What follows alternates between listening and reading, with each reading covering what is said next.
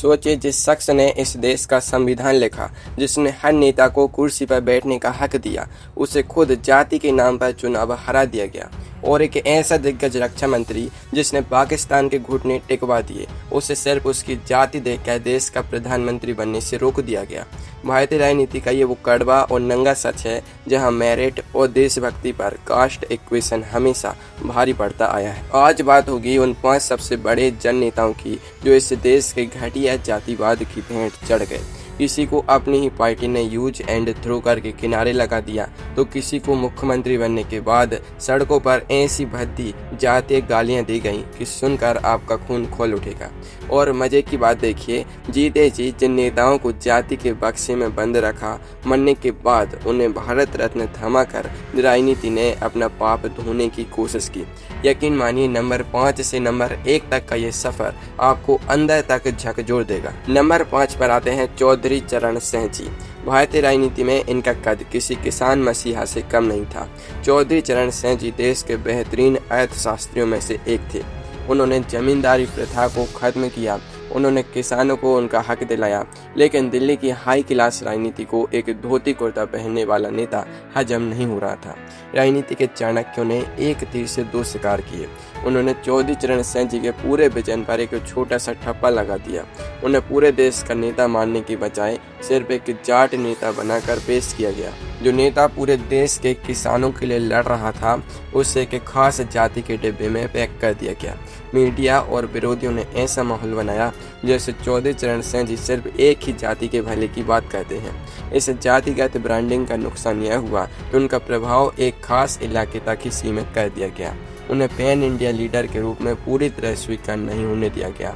कुर्सी का खेल ऐसा चला कि उन्हें प्रधानमंत्री की कुर्सी तो मिली, पर सिर्फ कुछ ही दिनों के लिए, वह भी बिना संसद गए उन्हें इसकी भेंट चढ़नी पड़ी।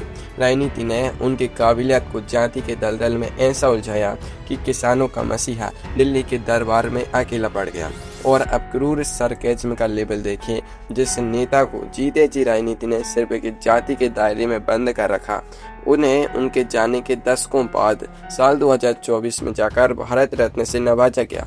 वाह रे हमारी राजनीति, जीते जी हक नहीं दिया और जाने के बाद देश का सबसे बड़ा सम्मान दिया। एक ऐसा नेता जो पूरे देश की खेती की तकदीर बदल सकता था, उस जाति के समीकरणों ने जीते जी हाशिए पर धकेल दिया। चौधरी चरण सिंह जी को तो विरोधियों ने एक जाति के दायरे में बांधा, लेकिन अगला नेता तो अपनी ही पार्टी के अंदर चलने वाली जातीय खेल का शिकार हो गया। सोचिए, जिस नेता के दम पर पूरी सरकार बनी, उसी को दूध में से मक्खी की तरह निकाल फेंका गया। कौन था वह नेता, चले जानते हैं। नंबर 4 पर आते हैं कल्याण सिंह जी। उत्तर प्रदेश की राजनीति में इनका नाम किसी तूफान से कम नहीं था। 1990 के दशक में कल्याण सिंह जी का कद इतना बड़ा था कि उनके सहारे ही पार्टी ने यूपी में अपनी पहली मजबूत सरकार बनाई थी।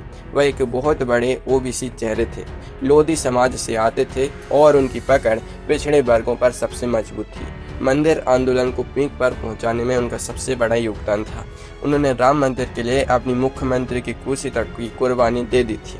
लेकिन राजनीति का नियम बड़ा सपाट है, जब काम निकल जाए तो रास्ता बदल लो। जब तक वोट चाहिए था तब तक कल्याण सिंह जी सबसे आगे थे, लेकिन जैसे ही सरकार चलाने और संगठन पर कब्जा करने की बात आई, पार्टी के अंदर बैठे ऊंची जाति के नेताओं के पैरों तले जमीन खिसकने लगी। संगठन पर एक खास वर्ग का वर्चस्व था और उन्हें एक ओबीसी नेता का इतना ताकतवर होना हजम नहीं हो रहा था। कल्याण सिंह जी के खिलाफ भीतर ही भीतर ऐसी घेराबंदी हुई कि उन्हें लगातार साइडलाइन किया जाने लगा। यूज एंड थ्रू का ऐसा फॉर्मूला चला कि कल्याण सिंह जी को अपनी ही पार्टी छोड़नी पड़ गई। हालांकि वह बाद में वापस आए, पर उनका वह पुराना जलवा और ताकत राजनीति के इस जातीय खेल ने पूरी तरह चूस ली थी। एक इतना बड़ा जननेता अपनी ही पार्टी के अंदर के जातीय समीकरणों की भेंट चढ़ गया। कल्याण सिंह जी के साथ तो पार्टी के अंदर धीरे से खेल हुआ था, लेकिन अब नंबर 3 पर जो नेता है, उनके साथ तो सड़कों पर ऐसी भयानक नफरत निकाली गई जिसे सुनकर आपका खून खौल उठेगा। एक मुख्यमंत्री को ऐसी जातीय गालियां दी गईं जो कोई आम इंसान सुन भी नहीं सकता। कौन थे वह नेता, चलिए देखते। नंबर 3 पर आते हैं कर्पूरी ठाकुर जी। बिहार के 2 बार मुख्यमंत्री रहे कर्पूरी ठाकुर जी की ईमानदारी के किस्से आज भी सुनाए जाते हैं। एक ऐसे मुख्यमंत्री जिनका कुर्ता फटा रहता था और जेब में पैसे नहीं होते थे। कर्पूरी ठाकुर जी बेहद पिछड़ी जाति यानी नाई समाज से आते थे। उनकी जाति का वोट बैंक बिहार में इतना बड़ा नहीं था, पर उनकी लोकप्रियता बेहद थी। 1978 में उन्होंने बिहार में पिछड़े वर्गों के लिए मुंगेरी लाल कमीशन के तहत आरक्षण लागू कर दिया। बस फिर क्या था, ऊंची जाति के नेताओं और उनके समर्थकों ने कर्पूरी ठाकुर जी के खिलाफ दुश्मनी की सारी हदें पार कर दी। सड़कों पर उनके खिलाफ बेहद अपमानजनक और घटिया जातीय नारे लगाए गए। उनके नाई समाज से होने पर सीधे भद्दे तंज कसे गए और उन्हें गद्दी छोड़कर अपना पुराना जातीय काम करने की नसीहत दी जाने लगी। जो नेता समाज के सबसे कमजोर तबके को हक दिला रहा था, उसे राजनीति के ठेकेदारों ने मानसिक रूप से तोड़ फोड़ दिया। उनकी सरकार गिरा दी गई और उन्हें हर तरह से परेशान किया गया। और यहाँ भी राजनीति का सबसे बड़ा दोगलापन देखिए। जिस नेता को सड़कों पर सरेआम जाति सूचक गालियां दी गईं, उन्हें भी उनके जाने के कई सालों बाद साल 2024 में मरणोपरांत भारत रत्न से सम्मानित किया गया। यानी जब तक जिंदा रहे तब तक जातिवाद का जहर पीते रहे और मरने के बाद उन्हें सम्मान का अमृत थमा दिया गया। कर्पूरी ठाकुर जी ने खून के घूंट पीकर देश की राजनीति को बदला, पर इस जातिवाद ने जीते जी उनके पूरे करियर पर गहरे जख्म दिए। कर्पूरी ठाकुर जी ने तो सड़कों पर जाते आक्रोश झेला, पर नंबर 2 पर जो दिग्गज हैं, उनके हाथ से तो देश की सबसे बड़ी कुर्सी ही छीन ली गई। एक बार नहीं 2 बार उन्हें प्रधानमंत्री बनते बनते रोका गया, सिर्फ इसलिए क्योंकि उनकी जाति राजनीति के बादशाहों को पसंद नहीं थी। कौन थे वह नेता, आइए जानते हैं। नंबर 2 पर आते हैं बाबू जगजीवन राम जी। भारतीय राजनीति के सबसे तजुर्बेकार नेताओं में से एक है, जो लगभग 4 दशक तक देश के मंत्री रहे। 1971 की पाकिस्तान के खिलाफ जीत में देश के रक्षा मंत्री वही थे। उनका एडमिनिस्ट्रेटिव रिकॉर्ड बेमिसाल था। 1977 में जब इमरजेंसी खत्म हुई तो बाबू जगजीवन राम जी ने इंदिरा गांधी का साथ छोड़कर जनता पार्टी का रास्ता साफ किया था। इमरजेंसी के खिलाफ लड़ाई में उनका योगदान सबसे बड़ा था। जब जनता पार्टी की सरकार बनी तो प्रधानमंत्री पद के सबसे बड़े और सबसे काबिल दावेदार बाबू जगजीवन राम जी ही थे। लेकिन राजनीति के चाणक्यों को एक दलित नेता का देश का प्रधानमंत्री बनना हजम नहीं हुआ। जातीय समीकरणों की ऐसी खींचतान हुई कि मोरारजी देसाई को अंग कर दिया गया और बाबू जगजीवन राम जी को डिप्टी पीएम बनाकर बहला दिया गया। बात यहीं नहीं रुकी। 1979 में जब दोबारा मौका आया तब भी उन्हें इसी तरह पीछे धकेला गया। जो नेता देश की सेना को जीत दिला सकता था, उसे देश चलाने के लिए अनुपयुक्त बता दिया गया। बाबू जगजीवन राम जी ने खुद अपना दर्द बयान करते हुए कहा था कि उनकी जाति ही उनके रास्ते का सबसे बड़ा पत्थर बन गई। दूध में से मक्खी की तरह उन्हें टॉप पद से दूर रखा गया।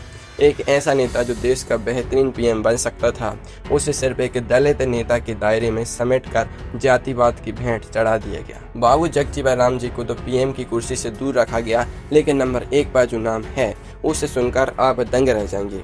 जिस शख्स ने इस देश का कानून लिखा, जिसने हर नागरिक को वोट देने का हक दिया, क्या उसे भी जाति के दलदल में हराया जा सकता है? जवाब देखकर आपका सिर घूम जाएगा। कौन है वह नेता, चले देखते हैं। नंबर 1 पर आते हैं डॉक्टर BR अम्बेडकर जी। बाबा साहेब अम्बेडकर जी के ज्ञान और विद्वता का लोहा पूरी दुनिया मानती थी। कोलंबिया यूनिवर्सिटी और लंदन स्कूल ऑफ इकोनॉमिक्स से पढ़े बाबा साहेब ने इस देश का संविधान लिखा। उन्होंने हर भारतीय को बराबरी का हक दिया। लेकिन इस देश की राजनीति का सबसे बड़ा मजाक देखिए।